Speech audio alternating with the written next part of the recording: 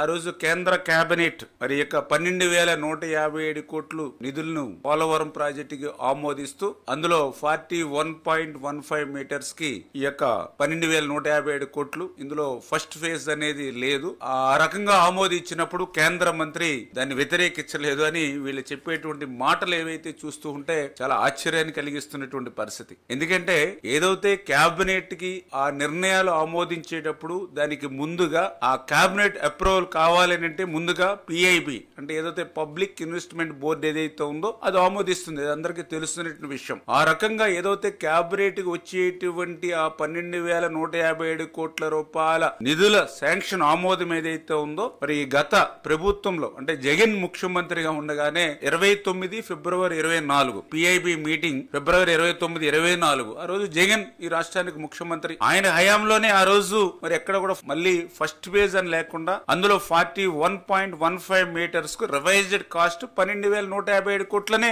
ఆ రోజు ఆయన ముఖ్యమంత్రిగా ఉండగానే ఏదైతే పిఐబిలో ఆమోదించడం జరిగింది. ఆ పిఐబి ఏదైతే ఆయన ముఖ్యమంత్రిగా ఉన్నప్పుడు ఆమోదించడం ఏదైతే జరిగిందో అదే కేబినెట్ కు వస్తుంది. అదే కేబినెట్ ఆమోదించడం జరిగింది. మరి దీనికి ఈవేళ కేబినెట్ లో ఈ మంత్రి ఎందుకు వ్యతిరేకించలేదంటే అంటే ఏ రకంగా వాళ్ళు చేసినటువంటి తప్పుల్ని వాళ్ళు చేసినటువంటి పాపాలు ఈ రోజు మాకు శాపాలుగా ఉంటే వాటిని కూడా మా మీద రుద్దాలనేటువంటి ప్రయత్నం ఏదైతే అడుగడుగునా కూడా ఈ జగన్మోహన్ రెడ్డి చేస్తూ ఉన్నాడో మరి ఇవే ఒక ఉదాహరణ అనే విషయాన్ని సందర్భంగా తెలియజేసుకుంటూ అందుకే ఈ రోజు చాలా క్లియర్ గా ఏదైతే ఈ పోలవరం ఎత్తు తగ్గింపు గాని ఫేజ్ 1 ఫేజ్ 2 లుగా విభజన గాని డయాఫ్రమ్ వాల్ విధ్వంసం గాని ఇవన్నీ కూడా జగన్ అరాచక పాలన లోపాలు జగన్ విధ్వంస పాలనకు మరి ఇవన్నీ కూడా నిదర్శనాలు అనే విషయాన్ని సందర్భంగా తెలియజేసుకుంటూ అంటే అబద్ధాన్ని 100 సార్లు చెప్తే నిజం అవుతుందనేటువంటి పరిస్థితులు ఈవేళ జగన్మోహన్ ఉన్నట్టు కనిపిస్తూ ఉంది. అంచేత వాస్తవాన్ని ఆయన గ్రహించి అబద్ధాన్ని 100 సార్లు చెప్తే అది నిజం కాదు అనేటువంటి సత్యాన్ని